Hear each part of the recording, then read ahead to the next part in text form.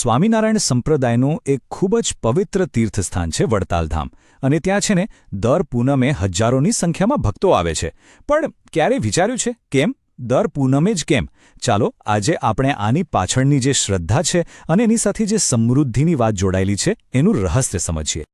તો મુખ્ય સવાલ એ જ છે કે વડતાલની પૂનમમાં એવું તો શું છે, એવું શું ખાસ છે કે હજારો ભક્તો ત્યાં ખેંચાઈ આવે છે? ચાલો આપણે આ શ્રદ્ધાના મૂળ સુધી પહોંચવાનો પ્રયત્ન કરીએ. જુઓ, પૂનમનો મહત્વ તો આપણે સમજવાના છીએ, પણ એ પહેલાં એ જાણવું ખૂબ જરૂરી છે કે ખુદ વડતાલ ધામ આટલું પવિત્ર કેમ છે. કારણ કે આ ખાલી એક મંદિર નથી, સમજો, આ તો શ્રદ્ધાનું જીવંત કેન્દ્ર છે. વડતાલ ધામ સ્વામિનારાયણ સંપ્રદાયના જે મુખ્ય તીર્થો છે ને એમાંનું એક છે, પણ એની સૌથી મોટી, સૌથી ખાસ વાત શું છે ખબર છે? કે એની સ્થાપના સ્વયં ભગવાન સ્વામિનારાયણે કરી હતી. અને બસ આ જ સીધા જોડાણને કારણે આ જગ્યા ભક્તો માટે એકદમ પવિત્ર અને કહીએ ને કે દિવ્ય ઉર્જાથી ભરપૂર માનવામાં આવે છે. ચાલો હવે વાત કરીએ મંદિરના હૃદયની, એના કેન્દ્રબિંદુની, એટલે કે શ્રી લક્ષ્મીનારાયણ દેવના પ્રજાપની.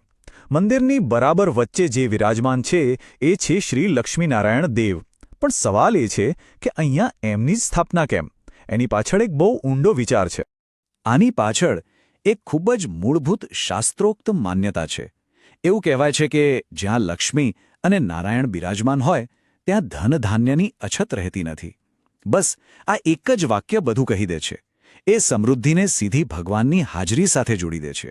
અને સાચું કહું તો આ જ માન્યતા વડતાલની પૂનમના મહત્વનો પાયો છે. અને આ મૂર્તિઓ કેમ આટલી બધી વિશેષ છે? કારણ કે એમની પ્રાણ પ્રતિષ્ઠા, એમને સ્થાપિત કરવાનું કામ ખુદ ભગવાન સ્વામિનારાયણે પોતાના હાથે કર્યું હતું. હવે વિચારો, જ્યારે સંપ્રદાયના સ્થાપક પોતે મૂર્તિમાં પ્રાણ પૂરે ત્યારે એનું દૈવીય સામર્થ્ય કેટલું વધી જાય. અને એટલે જ એવું માનવામાં આવે છે કે અહીં કરેલી પ્રાર્થનાનું ફળ ચોક્કસ અને અનેક ગણું મળે છે. તો ઠીક છે, વડતાલ ધામનું મહત્વ સમજ્યા, લક્ષ્મીનારાયણ દેવનું મહત્વ પણ સમજ્યા, પણ આ બધી વાતો પૂનમ ભરવાની જે પરંપરા છે એની સાથે કેવી રીતે જોડાય છે? જુઓ, આ ખાલી એક યાત્રા નથી, આ તો શ્રદ્ધા, ભક્તિ અને અપેક્ષાઓનો એક અદ્ભુત સંગમ છે. ભક્તોમાં એક અતૂટ શ્રદ્ધા છે કે પૂનમના દિવસે અહીં દર્શન કરવાથી ભગવાનની એકદમ ખાસ કૃપા ઉતરે છે. શું શું થાય છે? તો કે પાપ ધોવાય છે અને પુણ્યમાં વધારો થાય છે, મનમાં જે પણ ઈચ્છાઓ હોય એ પૂરી થાય છે, માનસિક શાંતિ મળે છે, અને સૌથી મહત્વનું, ઘરમાં બરકત આવે છે, સમૃદ્ધિ આવે છે. પણ એક મિનિટ, આ બધું ફળ મેળવવા માટે ખાલી દર્શન કરી લેવા પૂરતું નથી. ના, પૂનમ ભરવી એટલે અમુક ચોક્કસ વિધિઓ અને અનુષ્ઠાન કરવા, અને આ દરેક ક્રિયાનું પોતાનું એક અલગ જ મહત્વ છે. ચાલો જોઈએ એ શું છે.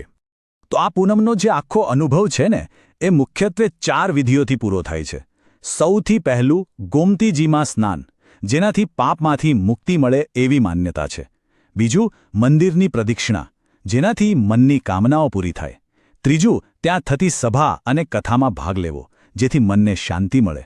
અને છેલ્લે ચોથું દાન પુણ્ય કરવું, જેનાથી માં લક્ષ્મીના આશીર્વાદ મળે.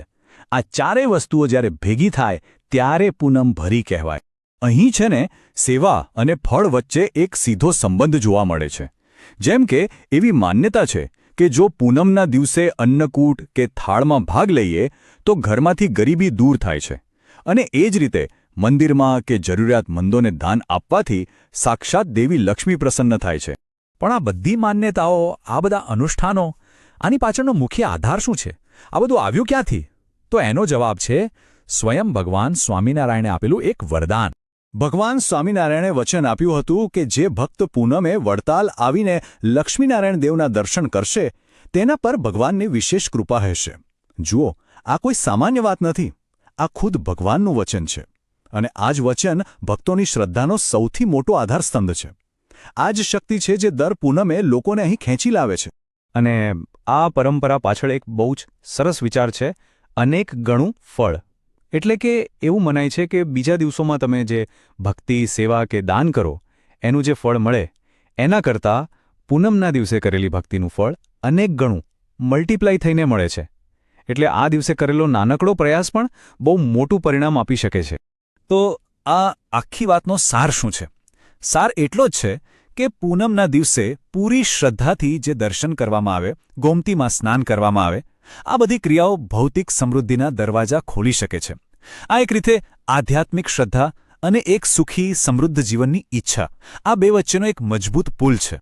અને અંતે આ આખી વાત આપણને એક બહુ મોટા સવાલ પાસે લાવીને ઊભા રાખે છે કે શું આધ્યાત્મિક શ્રદ્ધા ખરેખર કોઈના જીવનમાં આર્થિક પ્રગતિ માટે પ્રેરણા બની શકે છે? આ શ્રદ્ધા અને સમૃદ્ધિ વચ્ચેનો સંબંધ કેટલો ગહેરો હોઈ શકે? ખરેખર આના પર વિચારવા જેવું